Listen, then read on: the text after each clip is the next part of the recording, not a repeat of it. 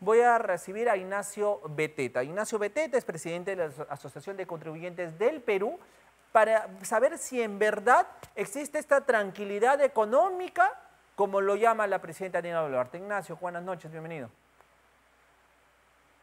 Buenas noches, Carlos. ¿Cómo estás? Un gusto. ¿Qué tal? Un gusto saludarte. Ignacio, ¿cómo tomas tú las palabras que ha dicho ayer la presidenta Dina Boluarte, que en el país hay una tranquilidad económica, ¿no? Que es lo que es a donde quiero incidir contigo. Bueno, es bastante divertido en parte, si uno lo ve con espíritu optimista y positivo, tratando de verle el lado gracioso a estas cosas, ¿no? Es evidente que a la presidenta Boluarte lo que pasa en el Perú no le interesa, por una razón muy sencilla. Cuando algo no te interesa, Ujú. tú eres capaz de mentir o de decir este tipo de falacias y cosas absurdas, ¿no?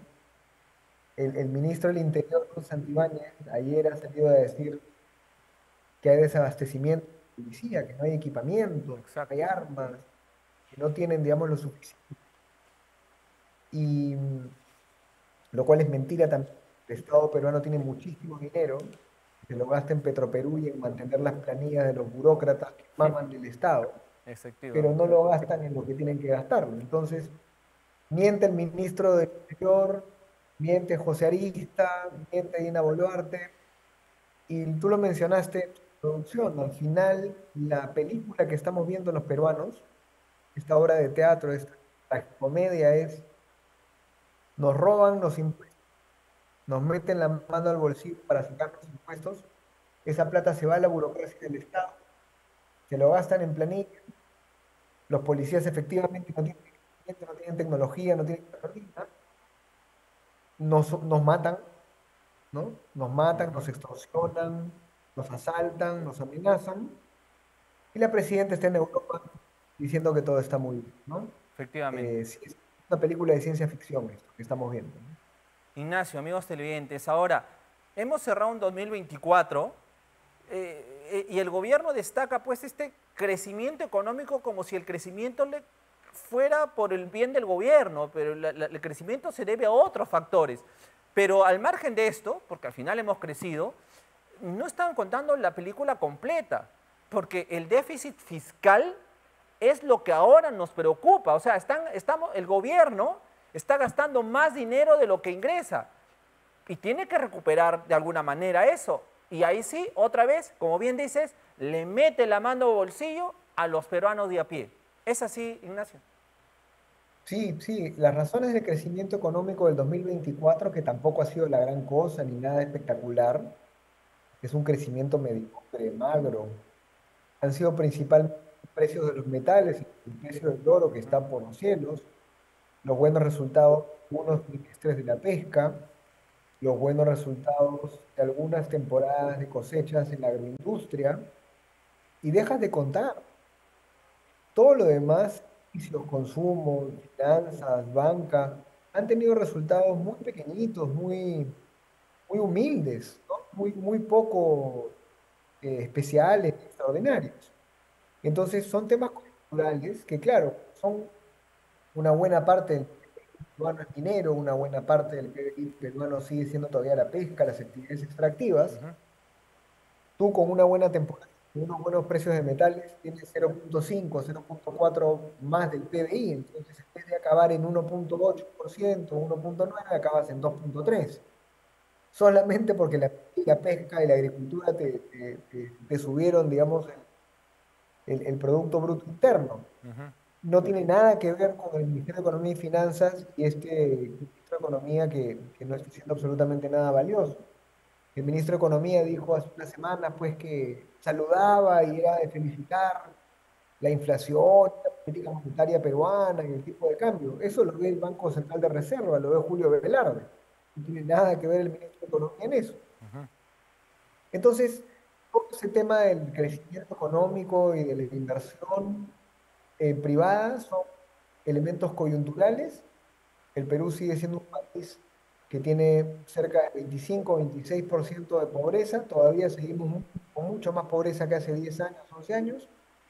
seguimos siendo un país con un 70% de informalidad, 7 de cada 10 peruanos Ujú. o no pagan impuestos, no pagan impuesto a la renta, o no están en planilla, no tienen un contrato laboral. En promedio, en algunas regiones de la sierra, la informalidad llega al 90%, 95%, 70, 65 es el promedio si uno pone Lima y la costa, pero el Perú sigue siendo un país absolutamente informal. Entonces, y ahí viene la segunda parte de la historia que tú lo has mencionado. Fíjate, antes de entrar en la parte tributaria de los impuestos, fíjense en estos datos, ¿ya?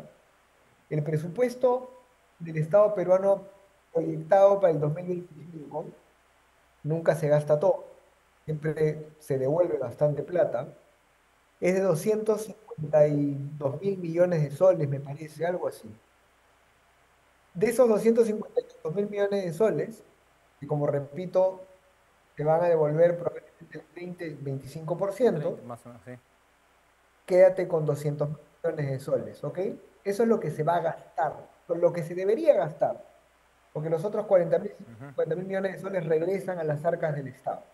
Ya, de esos 200 mil millones de soles, Carlos, 100 mil millones son planilla, ¿ya?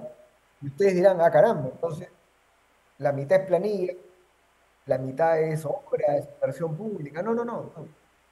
Solamente 5 mil millones de soles se van a dedicar, se deberían dedicar a inversión pública, gasto de capital, Ujú. obras, cemento, puentes, transporte, construcción, etcétera, etcétera. ¿Eso qué significa?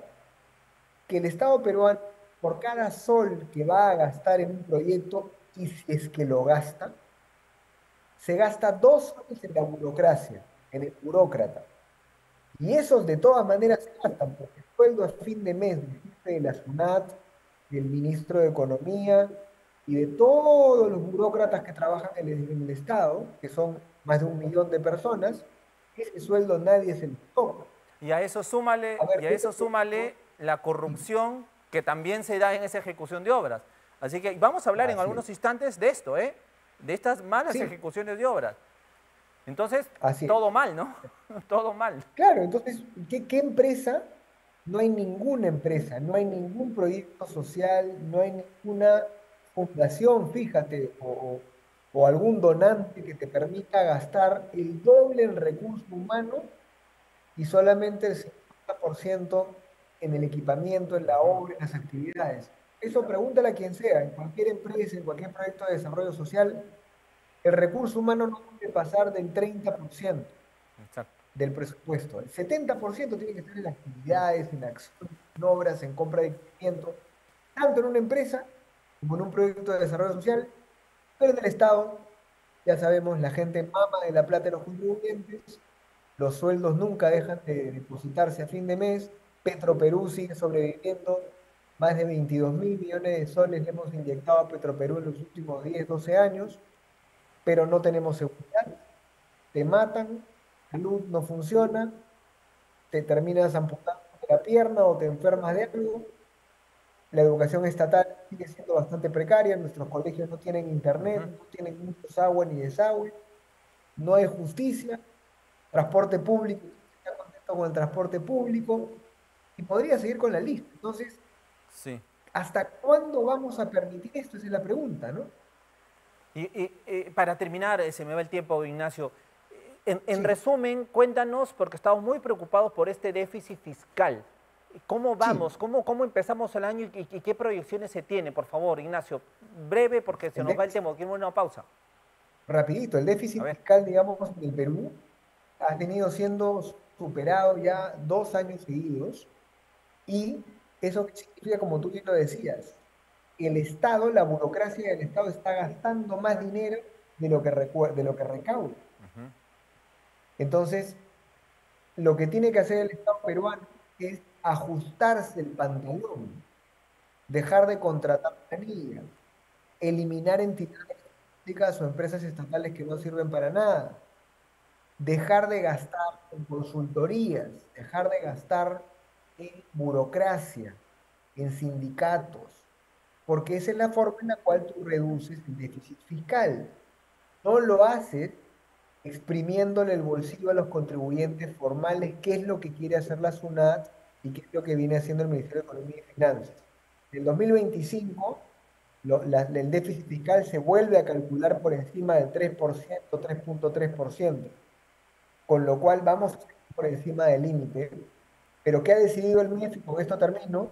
En vez de ajustarse el pantalón, ser más eficiente, achicar el Estado, aligerarlo, hacerlo menos corrupto, menos burocrático, lo que ha decidido es subirle más impuestos a los contribuyentes formales, quitarles el crédito fiscal, perseguirlos para que todos los formales, no los informales, los formales, nos terminen exprimiendo y estrujando. Efectivamente. Y el último ejemplo, con esto cerramos, el Congreso de la República ha gastado, por ejemplo, el año 2024, el Congreso, este Congreso de asesores de mineros ilegales, este Congreso de red de prostitución, este Congreso de niños, este Congreso de mochasueldos, este Congreso ha gastado 870 millones de soles en el pago de personal, ¿no? Y ha aumentado en 168% el presupuesto, o sea, en los últimos 10 años este Congreso aumentó en 168% el presupuesto del pago de burocracia. Pareciera que les quieren comprar el silencio con el dinero de los peruanos. Ignacio, ¿qué hacer para terminar la entrevista, por favor, ante esto? ¿Qué le queda hacer al gobierno o cuál es la solución? Dos soluciones rápidas. En el 2025 tenemos que alzar la voz, denunciar a los funcionarios del Estado que sean corruptos, que no hagan su trabajo, que no nos quieran servir. Si van a ganar un sueldo, que se lo ganen. Y hay que denunciar y contener el populismo, digamos, del Congreso y todas estas acciones de persecución de los formales que tiene el Ministerio de Economía y Finanzas y la SUNAT con Arista a la cabeza. Eso es por un lado. Pero por otro lado, Carlos, esto está claro, en 2025 no va a haber ninguna reforma, no vamos a mejorar como Estado, no vamos a mejorar como país, hay que votar bien en el 2026. Y votar bien significa lo siguiente, y esto es muy importante para las provincias, para los pueblos, para los distritos en donde la gente te escucha en este momento. No podemos ya votar por el paisano que te ofrece trabajo, por el primo del cuñado que luego te ofrece un favorcito. No podemos votar por el minero ilegal o por el medio mafioso que tiene plata y te dice, oye, mira, tú vas a trabajar para mí. Tenemos que dejar de votar por esta gente ignorante que ha entrado al Estado todos estos años, 7, 8, 9, 10. Y para eso debemos de ser cómplices. Los votantes peruanos hemos sido cómplices. Nosotros somos los que votamos en las provincias, en los distritos, por el primo, por el cuñado, por el amigo, ese que después que entra te dice, tú ven a trabajar para mí. Y como nosotros vamos a ganar un sueldito, una chambita en el Estado, sin tener ni la más menor idea de qué estamos haciendo ahí, nos volvemos cómplices de esto de lo que nos estamos quejando. Hay que votar por gente profesional. No importa que no la conozca, no importa que no te vayan a hacer favorcitos, no importa que no te vayan a dar chambita. Vota por gente buena, porque después las consecuencias son estas. Votas por tu paisanito, pero la basura está tirada en la calle. Votas por tu primito, pero te extorsionan y te matan. Votas por el amiguito, por el amigote, igual no tienes ni la pista, ni la vereda, no tienes ni agua, ni tienes ni luz. Entonces hay que aprender a votar. Ya este año está perdido, el 2025 está perdido, Carlos. Está absolutamente perdido. Sí. Boluarte va a seguir sobreviviendo, viviendo en su burbuja. El Congreso va a seguir siendo populista para regalar favores para que voten por ellos. Estamos fregados. Hay que votar bien en el 2026. Hay que recuperar el país, no hay duda de eso. Ignacio Beteta, te agradezco muchísimo por estar esta noche con nosotros.